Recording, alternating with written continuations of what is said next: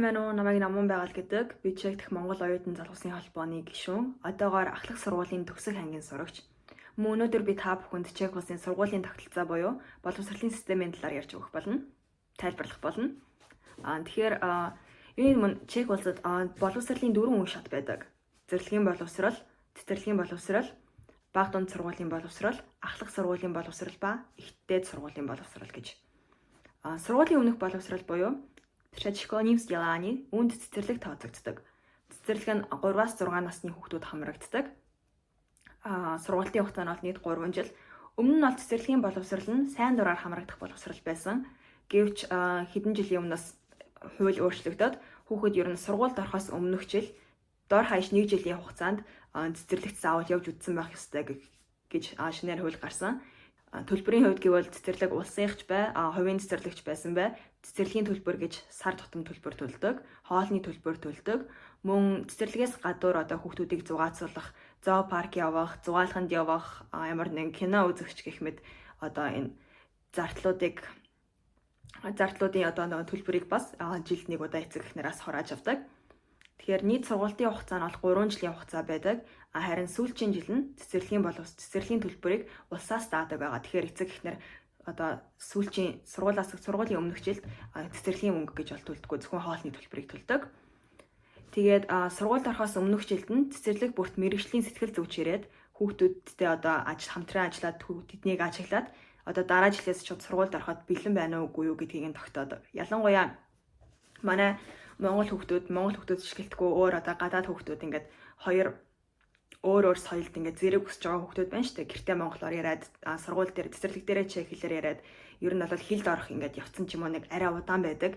Яагаад гэвэл жоох хүүхдүүд болохоор ингээд яг энэ хоёр зүйлийг ялгахаа мэдгүй яаж ингээд аль хэлээр нь ихлэ төрүүлж ярихаа мэдгүй ч юм уу. Их мэтлэр ингээд яг бусад чех хүүхдүүдийг бодвол нэг тийм өсөлт нь арай жоох удаан байдаг гэх юм уу. Тийм болохоор ихэвчлэн ер нь бол цэцэрлэгийн багш нараас мэрэгжлийн хүмүүсээс эцэг эхтэн зөвлөгөө өгдөг дараа жилээс яг хүүхэд сургуульд ороход арай бэлэн биш байна. Өөрийгөө хангалттай илэрхийлэх боломжгүй байна. Өдөрт 2, 3, 4 цаг сургууль дээр яг ингээд яс суугаад анхаарал тавьж хичээлийг ойлгох арай ингээд бэлтгэлгүй байна. Тиймээс дахиад нэг жил цэцэрлэгтээ өнжөөхсөн дээрээ гэсэн зөвлөгөө бол өгдөг. Заавал бол хүүхдэд тэрүнтэй санал нийлж үлдээх цэцэрлэгт нь дахиад нэг жил сурах албагүй. Тэгвэл ер нь бол миний бодлоор дахиад нэг жил хүүхдээ ер нь цэцэрлэгт нь үлдээгээд эхлээд тэр нэг газар нь илүү тасгаж агаад дараагийн өөрчлөлт илүү их ингээд удаанаар бэлдсэн нь бол дээр санагддаг. Тэгвэл дараа нь сургуульд орсны дараагаар ч гэсэндээ хүүхдийн идэвхтэй байдал багш нартайгаа ойлгож ярилцах гэх мэт тэр хамаагүй давуу талтай байдаг. Цэцэрлэгийн боловсролоо ингээд яс эзэмшсэн.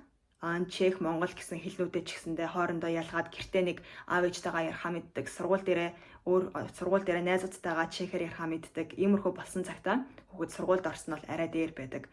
Бусдыг ойлгоход ч тэр сургуульд явж боловсрол эзэмшихтэй ингээд дуртай байх тал дээр ч гэсэндээ тэр нь илүү дээр байдаг. Тэгээд дараа нь бол ерөнхий боловсролын сургууль байдаг 2 дугаар үе шат нь.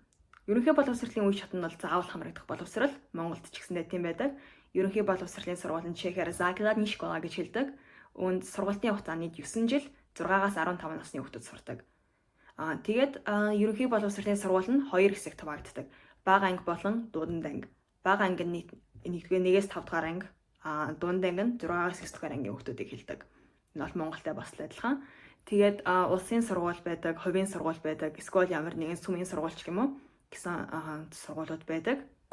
Улсын сургуулийн хувьд бол төлбөргүй, хувийн сургууль гэвэл баг зэрэг тодорхой хэмжээний төлбөртэй ямар сургуулиасаа шалтгаалаад тэгээд улсын сургуульд явж байгаа тохиолдолд зөвхөн бас өдрийн хоолны мөнгө ч гэх юм уу эсвэл бага ангийн сурагчдад бас зориулсан өдөр үнжүүлэх гээд байдаг. Яг хичээлийн цаг дууссаны дараа сургууль дээр нь өшөө хүүхдүүдийг үдээс хойш цаг хүртэл эцэг эхний ирж авах хүртэл өдөр үнжүүлэх хүүхдүүд ямар нэгэн тоглоом тоглоод хамтдаа бас багаар ажиллаж мажиллаад тиймэрхүү өдрийг үдээс хойш ер нь бол өдөр үнжүүлэхэд байдаг.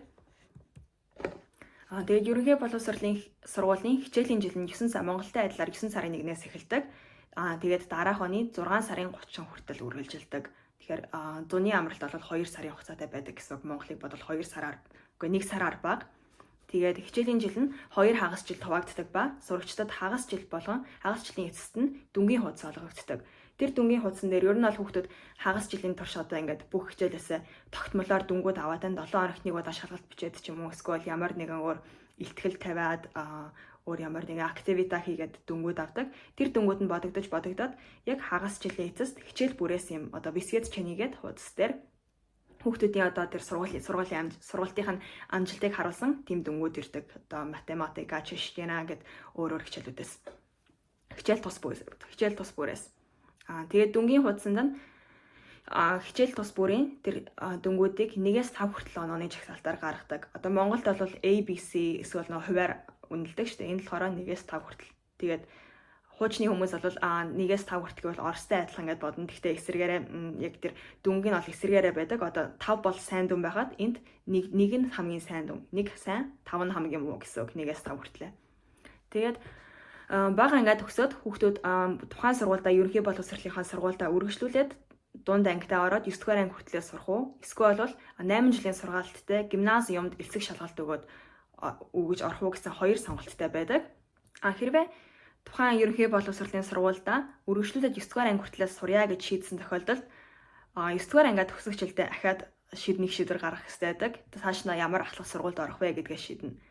Тэгээд цаашнаа 4 жилээр ахаад үргэлжлүүлж өөр сургуульд орж сурах хэрэгтэй байгаа шүү дээ. Тэр үедээ ахаад 4 жилийн сургалттай гимназиумд орох уу, эсвэл ахлах сургуульд орох уу, эсвэл зүгээр мэргэжлийн сургуульд орох уу, 3 жилийн хугацаатайгаар гэсэн шийдвэрийг гаргадаг. Тэгээд гимназиум нь энгийн ахлах сургууль болон мэргэжлийн ахлах сургуулиас ямар ялгаатай вэ гэдэг нь байна л да. Гимназиум маань бол сургалтын хугацаа нь 3 төрөлөөр хуваагддаг. 8 жилийн сургалттай гимназиум гэж байдаг, 6 жилийн сургалттай гимназиум байдаг, 4 жилийн сургалттай гимназиум байдаг. Энэ нь ер нь бол бүрэн дунд сургуулийн боловсролын гүнзгийгүүлсэн хэлбэр гэсэн үг. Одоо бүх ерөнхий боловсролынхаа тэр 1-9 дугаар анги хүртэл үзчихсэн хичээлүүдээ бүгдээр ингэ үзээд явна. Математик, чех хэл, одоо байгалийн ухаан, газар зүй, физик гэх юм уу. Ер нь энэ ерөнхий хичээлүүдээ цаашдаа ахаад үргэлжлүүлээд үзнэ гэсэн үг. Тэгэхдээ илүү гүнзгийрүүлсэн хэлбэрээр үргэлжлүүлнэ. Тэгээд нийт ер нь бол одоо хүүхэд 1-р ангид орсноос хойш 13 жил нийт сурах байдаг. Гоё Монголд бол 12 жилийн сургалттай байдаг бол энд тэр бага сургууль болон одоо энэ ахлах сургууль нийлээд 13 жилийн хугацаатай байдаг. Тэгээ 9 жилийг нь яг нэг сургуульдаа сурчаад цаашнаа тэр үлдсэн 4 жилийг нь яг энэ тухайн 3 төрлийн сургуулиудаас одоо сонгоно гэсэн үг шүү дээ. Тэгээд гимназиум бол матурита буюу улсын одоо төгсөх шалгалтын гэрчлэгээтэй төгсдөг. Төгсөгчд нь цаашаа ихтэй сургуульд үргэлжлүүлэн сурдаг ихэвчлэн. Яагаад гэвэл ерөнхий хичээлүүдэл 13 жилийн турш үзсэн. Тэгээд ямар нэгэн ажлын байран дээр мэргэжлийн ажил хийлээ гэхэд тэднэрт мэргэжлийн одоо баталгаа байхгүй гэсэн үг шүү дээ. Харин өөр нэг боломж нь гэвэл мэргэжлийн бүрэн ахлах сургууль байдаг. Мэргэжлийн бүрэн ахлах сургууль нь средний отборная школа гэж чехээр хэлдэг. Энэ нь сурах хугацаанд нийт 4 жилийн хугацаатайгаар байдаг. 9 дугаар ангид төгсөөд орно. Бүрэн дунд боловсрол ба мэргэжлийн ерөнхий мэдлэгийг өгдөг энэ сургуульд. Чиглэлүүд нь олон төрлөд байдаг. Эдийн засгийн чиглэлтэй, мэдээлэл харилцааны технологи, урлаг хөгжмийн одоо чиглэл, ямар нэгэн загварын чиглэл, эрүүл мэндийн чиглэл, эсвэл бол одоо үйлдвэрлэл аж ахуй ч юм уу гэсэн чиглэлүүдтэй байдаг. Гимназтай адилхан 4 жилийн дараа матурита буюу улсын шалгалтын гэрчлэгээтэй төгсдөг мөн адил. Төгсөгчдийн ихэнх хувь нь цаашнаа үргэлжлүүлээд дээд сургуульд сурдаг. Зарим нь болохоор бас матурита буюу тэр одоо улсын төгсөх шалгалтын гэрчлэгээтэй байгаа тохиолдолд ямар нэгэн ажлын байран дээр гараад ажиллах боломжтой байдаг. Дараагийнх нь гэвэл 3 дугаар төрөл нь гэвэл мэргэжлийн ахлах сургууль. Тэр нь средний отборное училище гэж хэлэгддэг. Ялгаа нь гэвэл гимназиум болон мэргэжлийн бүрэн отборная школагийн бодвол 3 жилийн хугацаатай 1 жилээр бага, 1 жилээр илүү төрүүлж төгсдөг гэсэн үг. Тэр нь болохоор зөвхөн мэргэжлийн дунд боловсрол олгодог. Яг уу бас ерөнхий чех хэл гэсэн хичээл чех хэлээ бас үзнэ л дээ. Өөр нэг хэдэн хичээлүүдээ бол үдсэн хэвээр байна. Гэтэ мэргэжлийн хичээл болон одоо дадлага түлхүү ордог тэр сургуулиудад. Чиглэлүүд нь одоо дандаа нарийн мэргэжлүүд байдаг. Тогооч, үсчин, автомеханик, эсвэл одоо зөөгч гэмүү. Тиймэрхүү ингээд ажлын байран дээр одоо яг сургуулийн боловсролынхаа одоо энэ сурах хугацааныхаа талд нь яг ингээд онлайн хичээлээ үзээд талд нь яг дадлага хийгээд одоо жинхэнэ ингээд байгууллагуудад ажиллаж үзээс ч юм уу. Дадлага хийгээд ажиллах боломжтой. Төгсөхдөө хүүхдүүд мэргэжлийн одоо тийм карттай мэргэжлийн тэм сертификаттай төгсдөг. Харин матурита байдаггүй. Матурита нь болохоор тэр улсын тэр нөө төгсөх шалгалтыг өгдөггүй. Зөвхөн одоо мэрэгжлийн тийм одоо мэрэгчлэн гэсэн карттай төгсдөг. Гимназиум гэдэг үг нь болохоор Европын зарим орнууд, ер нь Европын ихэнх орнуудын яг ахлах сургуулийн төрөлд зориулагдсан тийм нийт инэршил.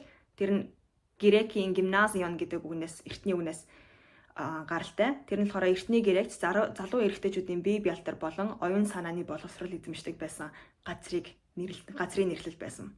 Матурита болохоор Европын янз бүрийн орнууд, бас л Европын ихэнх орнуудад матурита бол тэр төгсөх одоо бүрэн дунд сургуулийн төгсөх шалгалтын нэршлиг хэлдэг. Энэ нь болохоор латин хэлний maturitas буюу одоо монголоор орчуулбал төлөвшөлт гэсэн утгаас гаралтай. Өөрөөр хэлбэл матуритний скоушгийг монголоор төлөвшлийн тест гэж орчуулагдаж болно. За тэгээд ахлах сургууль болон гимназиумд ер нь бол элсэн ороход сурагч бүр 9 дугаар ангиад төгсөх жилдээ 1-2 өөр сургуульд бүртгүүлж шалгалт өгөх хэрэгтэй. Нэг бол ганцхан сургуулиас сонгоод яг тэрэндээ шалгалтаа өгөөд орно. Эсвэл хамгийн дээд нь 2 өөр төрлийн сургуульд аль алинд нь шалгалт өгөөд дараа нь аль тэмцэнэ. Эсвэл хоёулаа тэмцэн тохиолдолд аль нэгийг нь сонгоод орох боломжтой байдаг. Эцэг шалгалтууд нь улс даяар нийтдээ чех хэл, математик гэсэн 2 хичээлээс бүрддэг. Харин ахлах сургууль өөрийнх нь төрлөөс шалтгаалаад одоо жишээлбэл ямар нэгэн улсын урлагийн сургууль байгаа бол урлагийн сургуулиудад бас одоо авиасны шалгуур гэж бас нэмэлт хичээлээс шалгалт авдаг. Эсвэл илүү одоо илүү хэл рүү ингээд гүнзгийрүүлсэн сургууль байх юм бол нэмэлт англи хэл эсвэл одоо герман хэл ч юм уу гэсэн хичээлүүдээс бас нэмэлт шалгалт хичээлээс аман эсвэл бичгийн шалгалт яагаад авах боломжтой байдаг. Гэхдээ ерөнхий гол 2 шалгалт нь болохоор чех хэл болон математикийн шалгалт. Энэ нь одоо ер нь бол бага сургуультай тэр 9 жил ингээд үдсэн бүх математик болон чех хэлнийх нь хичээлийн одоо мэдлэгийг нь шалгаж байгаа энэ хичээлүүд дээр энэ мэдлэгүүд дээр нь үндэслүүлсэн шалгалтууд байдаг.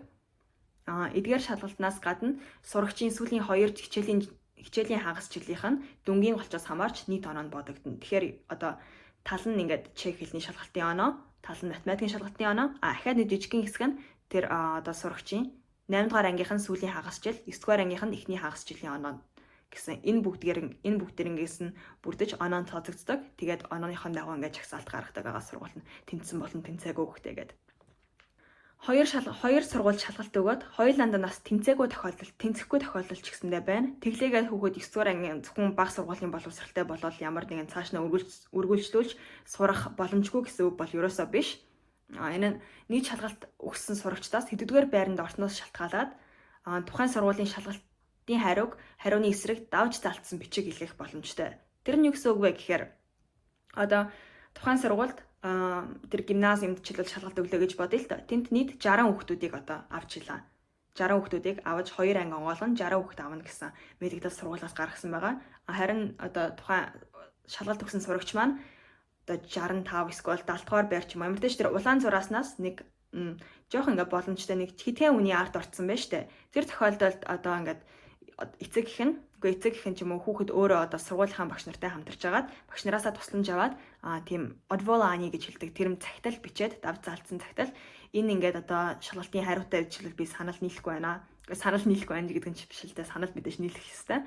Зүгээр ахаад ямар ч тач илүү боломж ингээд байх ёстой гэж бодож байна. Ингээд энэ хүүхэд одоо сургууль дээр ийм амжилт гаргасан. Дээрэс нь үнэхээр танай сургууль би сурах хүсэлтэй гэсэн одоо агуулгатай тийм цагтал бичиж өглөө гэхэд тухайн одоо нэг тэнцсэн 60 хүүхдүүдээс одоо өөр нөгөө 2 дахь шалгалт өгсөн сургууль руу орохоор шийдсэн ч юм уу хүүхдүүд байгаа шүү. Тэгэхээр ямар нэг байдлаар угаасаа заавал хоосон зай гарч ирнэ гэсэн үг. Тэр тохиолдолд нөгөө сургууль дээр одволани бичсэн хүүхд одоо тэр давж заалцсан цагсал бичсэн хүүхдийг одоо бодож үзээд ингээд дахиад авах боломжтой байдаг. Тэгээд болохгүй эсвэл бол бүр ингээд одоо 100 дугаар байр маринд орсон бол гэхэд бас жоохон найдлагагүй болчих штэ. Тэм цахиагаар орох нь. Тийм тохиолдолд зарим нэг сургуулиуд элсэлтийн шалгалтын 2 дугаар тойргийг зарласан байдаг. Ахвас ахлах сургуулиуд яг түлэг эхний тойрогт ингээ хангалттай бодож исэн шиг хангалттай хүүхдүүд бүртгүүлээгүй эсвэл өшөөнд шинээр одоо анги нэмж онгойлгохоор шийдсэн ч юм уу байх юм бол тийм 2 дугаар тойрог элсэлтийн шалгалтын 2 дугаар тойрог гэж дунд сургуулиуд зарладаг.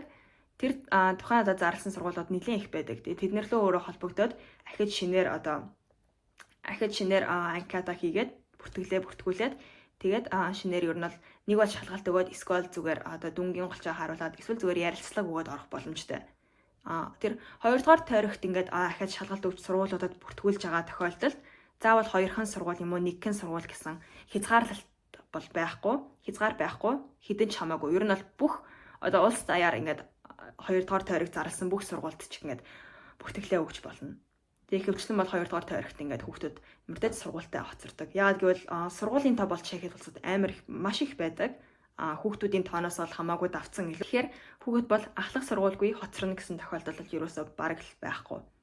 Тэгээ хэрвээ 2 дугаар тойрогт ч гэсэндээ тэмцээгүй ямар нэгэн байдлаар тухайн сургууль 2 дугаар тойрогт нь бас аюул олон хүүхдүүд бүртгүүлсэн тохиолдолд бас бүгдийг нь авах боломжгүй байлаа штэ. Орон тоон дүүрлээ гэхэд тэгвэл зарим нэг сургуулиуд бас 3 дугаар одоо тойрог гэсэндээ тодорхой хугацаа өгөгдсөн байдаг байхгүй юу? Ихэвчлэн ахлах сургуулийн эсэлтийн шалгалтууд нь 4 сард болдог. Тэгээд 4 сараас 5 сар хүртэл бол ер нь бол одоо тэр шалгалтуудын хариу энтер оноог нь бодоод тэмцсэн тэмцээгүйг зарлаад 5 сарын дундуур 2 дугаар тойрог зарлагддаг. 2 дугаар тойрогт тэмцээгүй тохиолдолд 6 сарын ихээр бас 3 дугаар тойргийг зарласан сургууль байдаг. Тэгэхдээ тэр сургуулиуд бол цөөхөн зарим тохиолдолд зарим жилүүдэд гарахгүй ч гэж магадгүй. Тэгэхдээ 2 дугаар тойрогт ч гэсэндээ тэмцээгүй байлаа гэхэд 3 дугаар тойрогоор ахаад тухайн сургуулиудад орох боломжтой. За тэгээд ахлах сургууль түүхэд орлоо гэж бодъё. Дараа нь яг яах вэ? Дараа нь мэдээж сурна. Ахлах сургууль нь ерөнхий боловсролын сургуулийн шууд үргэлжлэл нь бөгөөд ирээдүйн мэрэгжил цаашдын сургуультанд нь мэдээж бэлдэнэ. Их сургуульд эсвэл одоо тухайн мэрэгжил бэлдэнэ. Сурагч нь тэгэхээр яг л бага сургуульд явж исэн шигэ тогтмол сургуультаа явах, дүнгээ одоо барих, сургуулийн дүрмийг нь мөрдөх зэрэг тэр ижлэхэн үүргүүдийг ер нь бол биелүүлэх хэрэгтэй. Эцэг эхийн талаас бас айгүй хамтран ажиллахад чухал. Хүүхдээ сургуультанд тогтмол явуулах хэрэгтэй. Хүүхдээ одоо сайн хичээлийг нь хийх хэрэгтэй. Дүнгийнхэн талаар анхаарах хэрэгтэй гэх мэт. Тэгээд ер нь бол энэ хамтран оролцоо нь маш их чухал байдаг. Эцэг эхийн хурлууд болсоор л байдаг ахлах сургуульд ч гэсэндээ. Тэгээд ямар нэгэн дүрмийг зөрчөөд юм уу одоо хүүхэд хайн хандаад эцэг эхийн чиндээ тэр талаар тоохгүй бол сургуулаас хөөх ч гэсэндээ магадлалтай. Яагаад гэвэл ахлах сургууль бол заавал хамрагдах боловсролд тооцогддоггүй. Ер нь бол хүмүүс сайн дураараа явдаг сургууль гэсэн үг. Гэтэ сайн дураараа явлаа гэд хүмүүс зөвхөн ахлах сургуулаа төгсөөд баяртай одоо сурах хэрэггүй гэж шийддэг хүмүүс бол бараг ховор. Ихэнх нь дандаа ахлах сургууль цаашдаа боловсролоо өргөжлүүлж эзэмшдэг байгаа. Тэгээ хэрэг сургуулаас нэг хөөгдсөн бол буцаж одоо ороход бол ингээд 3 дахь курстэй 3 дахь ахлах сургуулийн 3 юм уу 2 дахь ангитай явж байгаа сургуулаасаа одоо хөөгдсөн тохиолдолд ахаад бүр шинээр одоо 1-р ангиас эхэлж орох хэрэгтэй болж таарна одоо ахлах сургуультай. Тэгэхээр бол яалтчгүй ингээд жил мэл алдаж таарч байгаа байхгүй юу? Тэгээд дараа нь матурита буюу улсын төгсөх шалгалтыг хүүхэд одоо 4 жил сурсныхаа дараа дахиад хаврна амжилттай тухайн одоо матуритагаа өгснөөр ахлах сургуулаа төгснө. Тэгээ матурита буюу тэр төгсөх одоо шалгалт нь нийт 5 хичээлээс бүрддэг байгаа. Сурч буй сургуулийнхаа төрлөөс шалтгаалаад мэрэгжлийн ба ерөнхий хичээлүүдээс аман эсвэл аман болон бичгийн шалгалтууд өгдөг. Одоо бид хувьдаа эдийн засгийн чиглэлтэй сургуульд сурдаг. Тэгэхээр миний ингээд одоо нийт 5 хичээл маань одоо чех хэл, англи хэл, өшөө одоо мэрэгжлийн хичээл маань тэр эдийн засгийн хичээл. Тэгээд бас нэмэлт 2 хичээл би өөрөө сонгох боломжтой байсан. Орос хэл болон түүхийн хичээлгээд. Тэгээ энэ 5 шалгалтаа 4 сараас одоо жил болгон тэр хаврын 4 сараас 5 сарын хооронд болдог. Тэгээд одоо яг нэг өдөр бүх шалгалтаа өгнө гэсэн үг биш. Жишээлбэл чех хэлний шалгалт нь 3 хэсгээс бүрддэг. Бас англи хэлний ч гэсэндээ бичгийн хэсэг, зохион бичлэг болон аман шалгалт гэдэг. Тэгээ ер нь бол ингээд тухайн шалгалт болгон өдөрт ингээд өөр өдрүүдэд 7 хоногийн зайтай ч юм уу 2-3 хоногийн зайтайгаар хуваарлагддаг болохоор ер нь бол 4 сараас 5 сар хүртэл ахлах сургуулийн төгсөх шалгалтын цаг үе байдаг. Хэрвээ тэр шалгалтандаа яг тэр хаврынхаа эхний одоо үедээ унтсан тохиолдолд 9 сард ахиж шалгалтаа өгөх боломжтой. Тэр дүнгээ засаад яг л одоо хүн энэ 5 өгөх ёстой хичээлээсээ 4-ийг нь хийж чадлаа. Нэг хичээлээсээ унчлаа гэхэд 9 сардаа ганцхан тэр унтсан хичээлээ давтаж одоо шалгалтаа өгөөд тэгээд төгсөх боломжтой. Хэрвээ 9 сардаа бас ямар нэг тохиолдолд унчлаа гэхэд ахаад жилээ тойроод дараагийн хавар нь 4 сардаа одоо нөгөө доотлын курсынхаа хүүхдүүдтэй гэсэн доотлын ангийнхаа хүүхдүүдтэй зэрэгцээ дахиад тэр яг унсан хичээлээс шалгалтаа өгөөд тэгэх боломжтой байдаг. Тэгэхээр ер нь бол нийтдээ төгсөх шалгалтаа өгөх боломж 3 боломж байдаг. Яг нэг дор биш хагас жилийн бараг зөрүүтэй байдаг. Гэхдээ гол нь тэр төгсөх шалгалтаа гол нь өгч чадчихж тэр 4 жил одоо ахлах сургуульд сурсан одоо цаг хугацааны чинь одоо үр ашиг нь гарна гэсэн үг шүү дээ. Тэгээд ахлах сургуулийн гэрчлэгээ буюу матуритны висэчэний хэрвээ байхгүй бол ихтэй сургуульд элсэх боломжгүй. Ихтэй сургуульд элсэх яалтчгүй одоо гол зүйл нь тэр матуритны висэчэний дунд сургуулаа төгссөн, ахлах сургуулаа төгссөн гэсэн баталгаа. Тэгээд тухайн ямар их сургуулиасаа хамаарат эхлэх сургуулийн элсэх шалгалттай үгүй юу гэдгээ бас мэдэгдэнэ. Их сургуульд ороход бол хэдэн сургуульд бүртгэлээ өгөх нь бол хязгааргүй хүссэн тооныхоо сургуульд бүртгүүлж болно. За тэгэхээр энэ бол ингээд 4 одоо гол сургуулийн үе шатнд байгаа төрлүүд нь. Тэгээд одоо дараа нь 6 дээр та бүхэн харж болно. Энэ схемийн дагуу эхлээд цэцэрлэг хүүхэд 3-аас 6 нас хүртлээр явна. Цэцэрлэгээ дуусгачаад сургуулийн бага ангид орно. 6-аас 11 нас хүртлээр. Сургуулийн бага ангиасаа сургуулийн дунд ерөнхий боловсролынхаа сургуулийн дунд анги руу үргэлжлүүлж болно. 1-ээс 15 нас хүртэлтэй. Эсвэл бол 8 жилийн сургалттай гимназиумд орж болно. Тэр нь болохоор 11-ээс 19 нас хүртлээ гэсэн үг. Тэгээ матуритад дагаад төгснө.